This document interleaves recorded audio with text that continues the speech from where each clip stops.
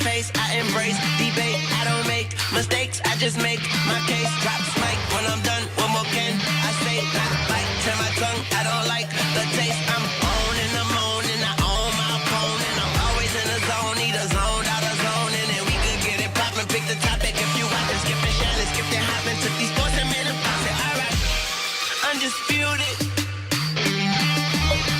Welcome to Undisputed. We are live from LA. I'm Jenny Tapia with Skip Bayless and Shannon Sharp. Waving everyone. Good morning. Good morning, Jen. How you doing? How you doing? I'm good. I'm good. I'm good. Hey, Skip. How are you today? It's the worst morning of my life. No! Next question.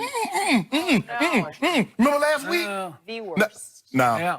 every time we know for the last 16 weeks, when we come out here and the Cowboys don't play well or New England doesn't play well, Yeah. and I start my spiel. Yeah. You talking about I'm bored, I'm tired, Yeah. hurry up. It's your turn, your show. So you know what today, Skip? I'm not I bought bored. you a Snickers. Okay. I want you to have that right there because I'm going to be a while. I don't eat candy. Okay, well, I just... but Maybe you do. I don't. But I don't eat I'm candy. going to be a while. I don't need a candy bar.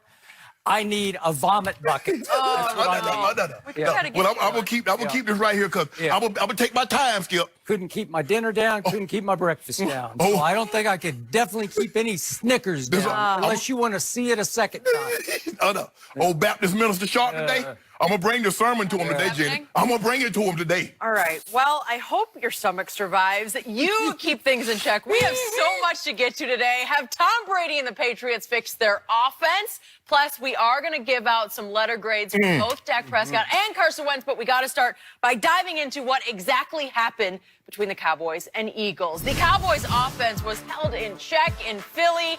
Ezekiel Elliott had under 50 yards on the ground. Zeke did haul in a team-high 7 catches, but that resulted in only 35 yards. And the all-pro running back failed to find the end zone. Dak Prescott went 25 for 44 and had just over 250 yards with no touchdowns or picks.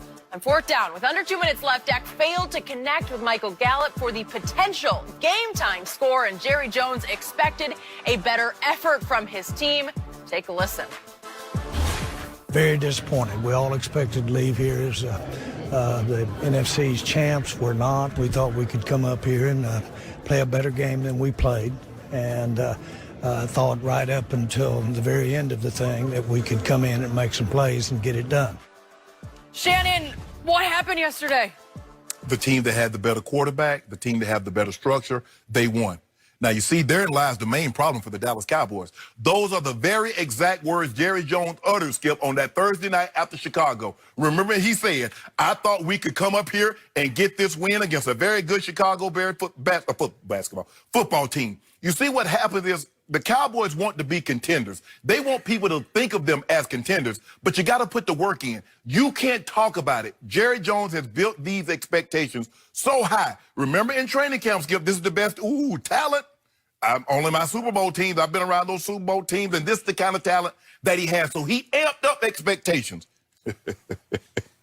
And lo and behold, I told you this day was coming, Skip. I'm not going to gloat. This is not my day to gloat. This is not about that. This is not about me. And walk it to him. You know the Eagles, they use that now, Skip, in their moniker. They call that man walk it to him. This is why talent evaluators, I told you, and everybody keeps telling you, this is why talent evaluators say Carson Wentz is a better quarterback than Dak Prescott. Because one guy was down his 3 number 1 receivers, Alshon, D-Jack, Aguilar, Lane Johnson. The defense was in shambles. Case Keenum threw for 393. First Cousin threw for 330. Matt Ryan, as a matter of fact, they had Haskins looking like he should have been in the Pro Bowl this year last week. And your guy, 265 on 44 attempts with no touchdowns? Ooh, that's even after Zach Ertz went out of the ball game with that rib injury, Carson hung him out to dry. And I knew it was just a matter of time. I said, he's going to go back to the locker room, get a little medicine in that thing, get it right, come back out there and contribute. Skip, Jerry Jones is very disappointed for the simple fact is, and I said this, the Cowboys, if you can't beat this battered up, this banged up Eagles team, you do not deserve to win a game. You're not worthy of the playoffs. And for Wentz to go out there 31 of 40, and somehow, Jenny, he only got a 61 QBR. That's ridiculous. That's disgusting. But I know somebody that had one worse than that. But anyway, Skip, your guy was terrible. No excuses. I don't want to hear nothing about no shoulder because they let that cat out of the bag. I don't want to hear anything about that. I don't want to hear anything about drops. I want to go. I want to play because I don't normally do this because I hate, because people watch the game. But I'm going to show you because what they did, they kept flashing up signs yesterday because I didn't hear what they were saying. Oh, the receivers have this many drops. But how many? I need them to start putting Fox. I need you guys. I'm talking to Fox, my network. I need you guys to put up terrible throws by the quarterback, just like you highlight and try to make it look like the quarter. But watch this throw right here. Now, if Dak Prescott hits Michael Gallup, he's going to hit his head on the goalpost. Now, is that a good throw, Skip Bayless? What about this one right here? Woo! Sailed it. Come on, keep it going. Ooh, I love this right here. Now, these are not repeat, ladies and gentlemen at home. This is, look at this. Amari is wide open. He's just frustrated. Now, look at this. I can make that throw. Oh, my goodness. And that guy wants $40 million. He's the most accurate. He's the most criticized, most scrutinized. I don't know. I get sick of listening to people talk about that. This is why that Carson Wentz is thought of and will always be thought of as a better quarterback. Your guy has all his weapons. Everybody was there, and he didn't get it done. Walk it to him. It was his day. They deserved it from top to bottom. They got a better quarterback. They're a better coach. Their organization structure is a lot better. And the Eagles are flying, and you sad, and I love it. You gonna cry when we leave the air. Tell me when you're finished. In your turn. Are you finished? I don't want to be interrupted. No, I ain't gonna interrupt you. I'm good. My turn. Thank you very much. Skip. I am so glad this season is over because I am so sick and tired of watching the underachieving nightmare that the 2019 Dallas Cowboys were. They were favored in 14 of their 15 games they have played to date. 14 of 15 times Vegas said they're the favorite. They're now 7-8. For me, it was one long vomit ride. It took 9 years off the end of my life trying to figure out what was wrong with this team. And yet, I'm hoping the only metallic silver lining is, please, merciful God, tell me it's the end of the Jason Garrett era.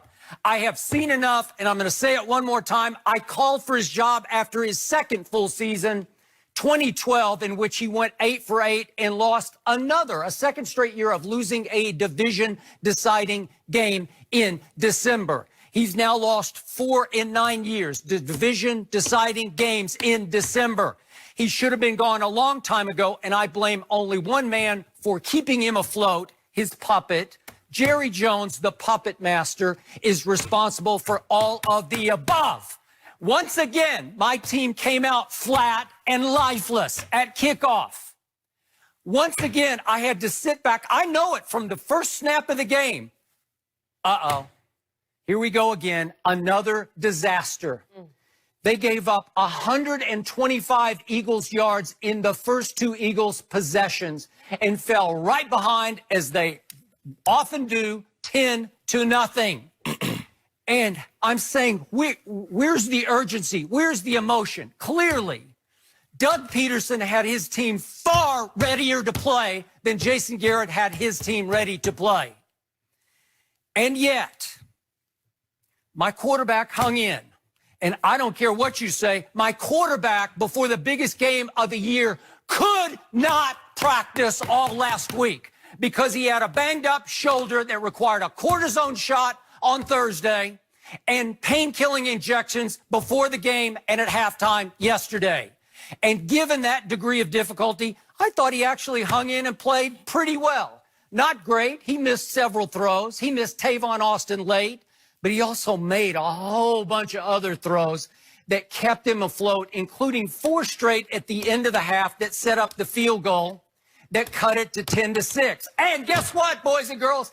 My team got the second half kickoff because Dak correctly said we defer when they won the coin toss to open the football game. So now, here we go. We got the football. And guess who made his first appearance of the whole game? This guy, number 21, named Ezekiel Elliott, finally, I don't know where he came from, he finally got on track. Guess what he did in the first half? They tried to feed the beast. Shannon Sharp, the Hall of Famer, always tells me, they got to establish the run. You got to run the football, says Eric Dickerson, the Hall of Famer, who often comes in on Fridays. And I'm saying, first down in the first half, here they are. Zeke 3 yards, Zeke -2 yards, Zeke no gain, Zeke no gain, Zeke -4. Those are his touches on the first 5 first downs that he got the football. That established what? It established negativity. It went backward. Dak Prescott is playing against the chains the whole first half, but it's okay because they're still afloat. And here comes the first series of the second half. And he flips it to Zeke, who gets loose for 8 yards. And then he throws it to Zeke again. Little short dump pass, and he wheels and gets loose. And I actually saw a little urgency from Zeke that I rarely saw all year. I saw him actually run hard. And then I saw another pass to Michael Gallup for 10 yards. And all of a sudden, on first down, they gave it to Zeke because they got the Eagles on their heels. And there's a lane to the left, off left guard. And he slams it up in there for 10 more yards. And they come right back and give it to Zeke for 8 more yards. And I say, we got him. It's 2nd and 2 at the Eagles' 26-yard line. We're going to cash this in, and we're going to be ahead 13-10, and we're going to take control. And finally, Carson Wentz, who will unravel, who will choke, who will come apart under pressure. We're going to put some heat on Carson Wentz, and let's see if he can stand the heat in his own building. With his fans getting a little itchy, they're starting to turn on him, they're starting to boo. Let's see if he can do that. And what happens on 2nd and 2 at the 26? My guy waves out. My guy waves out, just like Chicago. It's the Chicago nightmare all over again. Zeke waves out. Take me out, coach. Oh, we ain't gonna talk